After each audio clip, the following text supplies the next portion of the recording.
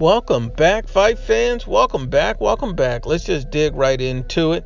Now, Saul Canelo Alvarez and Jaime Munguia is an actual legitimate possibility. Now, this is a direct quote that Canelo Alvarez gave to ESPN Deportes. I represent Mexico. I do not like the idea of facing a Mexican. I will not face a Mexican again because I represent Mexico. I don't like the idea of thinking about facing another Mexican. I would not like to do it anymore. I'd like to stay committed to that because I represent Mexico. And that's a direct quote that he gave to ESPN Deportes. But a more recent quote that he's just recently given, and in reference to acts about fighting Jaime Munguia and it being on the table due to his new relationship with DAZN and signing that monster multi-million-dollar deal, Canelo Alvarez basically stated, at the end of the day, they're the ones who are in charge. If they consider it a good fight, then I would do it, but I would not like it, Canelo Alvarez stated. Now, Canelo Alvarez, if we have to be honest and unbiased with Canelo Alvarez like we are anyone else, and so we'll break down the Canelo Alvarez and Jaime Munguia fight, but we also have to address the fact that Canelo Alvarez is not interested in fighting another Mexican. I believe that, Canelo Alvarez, just like anyone, has the right and prerogative to pick and choose who they would like to fight, especially when you're at the pinnacle.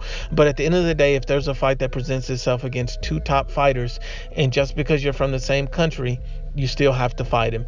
And that's the most honest and unbiased truth, because if Danny Jacobs and Demetrius Andre came and said, we're both Americans, we're not going to fight, no one wants to hear that. We want to see the best fight the best.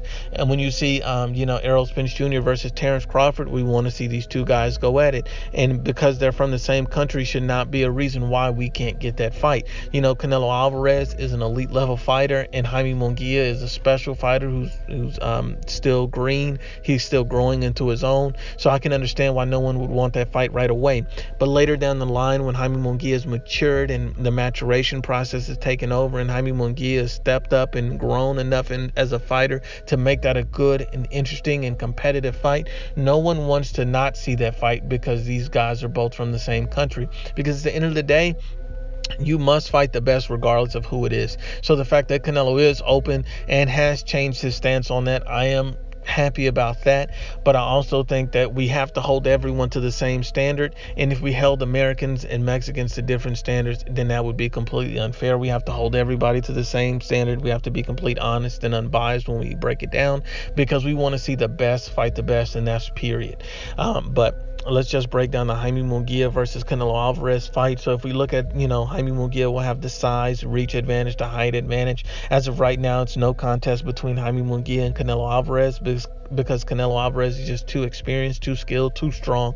And his ring IQ is unmatched by Jaime Munguia at this point, because Jaime Munguia cannot compete with Canelo at a significant level at this point. Jaime Munguia will need at least another year to be able to at least think about getting in the ring with Canelo Alvarez.